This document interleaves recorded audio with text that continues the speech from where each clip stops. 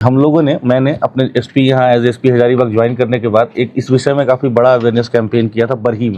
उसके बाद से बरही में ऐसी कोई घटना सामने नहीं आई है। इसका पार्ट है। दूसरा है कि अगर ऐसा होता है तो ऐसे लोगों को हम लोग इनके विरुद्ध सख्त एक्शन लें और कठोर से कठोर इनके खिलाफ हम लोग कार्रवाई करें। साथियों, हमारे देश में एक अलग ही ट्रेंड चलता है। जी हाँ, बाबाओं का ट्रेंड, तांत्रिकों का ट्रेंड, क्योंकि ये एक ऐसा काम है जिसमें बेहिसाब पैसा है और बेहिसाब पावर है। इसलिए कुछ ढोंगी 2-4 किताबें पढ़कर बाबा बन जाते हैं और फिर लोगों को मूर्ख बनाना शुरू कर देते हैं, क्योंकि इन्हें अच्छी तरह से पता है कि इस दुनिया में हर व्यक्ति परेशान है। कोई पैसों की तंगी से जूझ रहा है तो कोई पारिवारिक झगड़ों से, और बस इन्हीं परेशानियों का फायदा उठाकर ये लोग लोगों से वो सब कुछ करवा लेते हैं जिसके बारे में एक आम इंसान सोच भी नहीं सकता। अब इसी तरह की एक घटना झारखंड से सामने आई है, जहां पर तंत्र मंत्र के चक्कर में एक लड़की के साथ जो कुछ हुआ उसके बारे में ना कोई सोच सकता है और ना ही कल्पना कर सकता है। असल में ये घटना है झारखंड के हजारीबाग जिले की, और इसी जिले का एक गाँव है जिसे लोग कुसुम्बा गाँव के नाम से जानते हैं। अब होता यह है कि 24 मार्च की रात को इस गाँव में एक जुलूस निकलने वाला था, जिसे कुछ लोग मंगला जुलूस के नाम से भी जानते हैं। और ये एक ऐसा जुलूस था जिसमें गांव भर के लोग उसे देखने के लिए पहुंच रहे थे। अब कुछ ही देर में अच्छी खासी भीड़ जमा हो जाती है। अब इसी तरह इस गांव की रहने वाली एक 12 साल की लड़की अपनी माँ रेशमी देवी के साथ इस जुलूस को देखने के लिए जाती है। अब उस वक्त भीड़ काफी ज्यादा हो चुकी थी, लोग इधर उधर जा रहे थे, लेकिन तभी अचानक लड़की का हाथ अपनी माँ के हाथ से छूट जाता है और वो अचानक गायब हो जाती है। अब एक माँ परेशान होकर अपनी बेटी को इधर उधर तलाशने लगती है। हर किसी से पूछती है कि क्या तुमने मेरी बेटी को देखा है, लेकिन हैरानी इस बात की थी कि किसी ने भी उनकी बेटी को नहीं देखा था। काफी खोजबीन करने के बाद लड़की का कुछ भी पता नहीं चलता, और अब धीरे धीरे ये बात गाँव में फैलने लगती है, जिसके बाद पूरा का पूरा गाँव लड़की की तलाश में एकजुट हो जाता है। गाँव के लोग रात भर उस लड़की की तलाश करते हैं, लेकिन उसका कोई सुराग नहीं मिलता। अब एक माँ अपने घर में परेशान थी कि अचानक उनकी बेटी कहाँ लापता हो गई, और इसी परेशानी में रात भर वो गांव वालों के साथ उसकी तलाश में भटकती रहती है। लेकिन फिर अगले दिन जब कुछ लोग इस गांव के मिडिल स्कूल के ठीक पीछे पहुंचते हैं, तब अचानक उन्हें बांस की झाड़ियों में कुछ अजीब सा दिखाई देता है। पहले तो उन्हें समझ में नहीं आ रहा था कि आखिर वहाँ पर है क्या, लेकिन जब उन्होंने करीब से देखने की कोशिश की तो उनकी हालत खराब हो गई। उन झाड़ियों में एक लड़की का शव पड़ा हुआ था, और ये सब देखकर उनके हाथ पांव सुनने पड़ गए।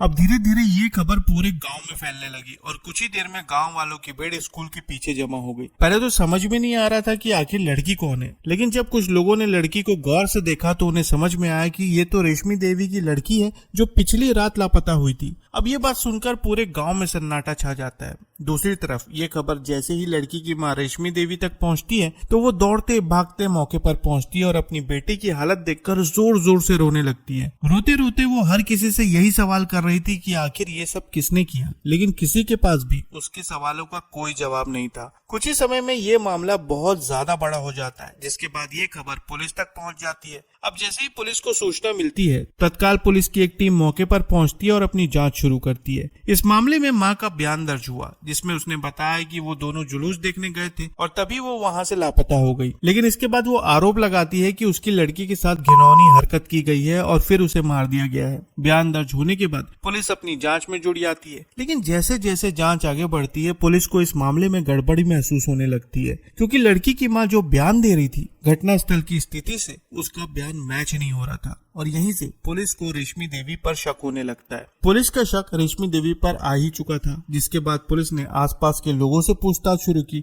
धीरे धीरे जानकारी जुटाई, और जब उनका शक पुख्ता होने लगा तब उन्होंने रेशमी देवी को हिरासत में लिया और शक के आधार पर उससे पूछताछ शुरू की। शुरुआत में तो वो यही बताती रही कि उनकी बेटी अचानक लापता हो गई थी और उसके बाद अगले दिन वो इस हालत में मिली। लेकिन फिर जैसे जैसे पुलिस सवालों की बौछार करती है तब रेशमी देवी के बयान बार बार बदलने लगते हैं, और आखिरकार पुलिस को समझ में आ जाता है कि वो जरूर कुछ छुपा रही है। अब इसके बाद पुलिस अपने सख्त रवैया अपनाती है और आखिरकार एक ऐसा सच सामने आता है जो इंसानियत से बिल्कुल परे था। यकीन मानिए इस पूरे मामले को जानने के बाद शायद आपका भी इंसानियत से विश्वास उड़ जाएगा। मीडिया खबरों की माने तो पूछताछ के दौरान ये बात सामने आई कि रेशमी देवी का एक बेटा भी था जो काफी लंबे से बीमार चल रहा था। शारीरिक और मानसिक तौर पर वो बहुत ज्यादा बीमार था, और यही वजह थी कि रेशमी देवी धीरे धीरे तंत्र मंत्र और इन सब चीजों पर ज्यादा विश्वास करने लगी थी, यानी कि वो पूरी तरह से अंधविश्वासी हो गई थी। अब इसी दौरान होता यह है कि एक दिन रेशमी देवी की मुलाकात एक महिला तांत्रिक शांति देवी से होती है,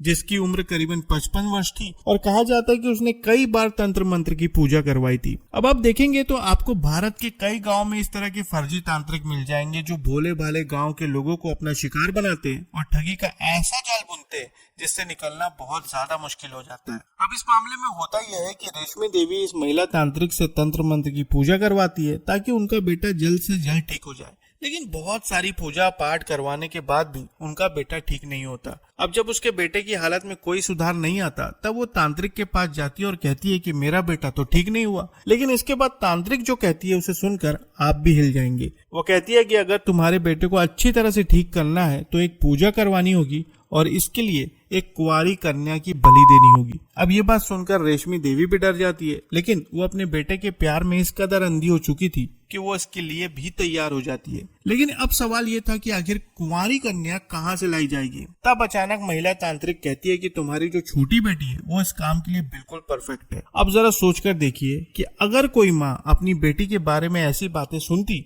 तो पता नहीं वो महिला तांत्रिक का क्या हाल करती। लेकिन यहाँ पर हैरानी की बात ये थी कि रेशमी देवी इस बात के लिए तैयार हो जाती है। अब आप ही सोचकर देखिए कि हमारे देश में कैसे कैसे लोग रहते हैं और आखिरकार उनकी सोच और समझ कहाँ चली गई है। अब आगे होता यह है कि रेशमी देवी इस बात के लिए तैयार हो जाती है और करीब 3 महीनों तक इस पूजा के लिए प्लानिंग की जाती है। अब इस मामले में एक और ट्विस्ट आता है। असल में रेशमी देवी का एक प्रेमी भी हुआ करता था जिसका नाम था भीमराम, जो इसी गाँव का रहने वाला था। खबरों के अनुसार कहा जा रहा है कि रेशमी देवी के घर के जितने भी मसले होते थे और घर में जो भी फैसले लिए जाते थे वो उसकी मौजूदगी में लिए जाते थे। अब 3 महीनों तक उनकी प्लानिंग चलती रहती है, जिसके बाद चैत्र नवरात्र के अष्टमी और नवमी का समय इस पूजा के लिए तय किया गया और इसके बदले उस महिला तांत्रिक को 251 रुपए दिए गए। फिर आगे होता यह है कि 24 मार्च की रात लगभग 9:30 बजे लड़की को जुलूस दिखाने के बहाने घर से ले जाया गया और फिर तांत्रिक के घर के सामने स्थित मनसा मंदिर में बैठाकर उसकी पूजा की गई, जहां उसके माथे पर सिंदूर, टीका और काजल लगाया गया। फिर कहा जा रहा है कि मंदिर में पूजा करने के बाद उसे बांसवाड़ा ले जाया गया और फिर तांत्रिक के इशारे पर भीमराम, जो कि रश्मि देवी का प्रेमी था, उसने अचानक लड़की पर हमला कर दिया, जिसकी वजह से उसकी सांसें थम गई। लेकिन इसके आगे उस लड़की के साथ जो कुछ हुआ वो मैं आपको नहीं बता सकता,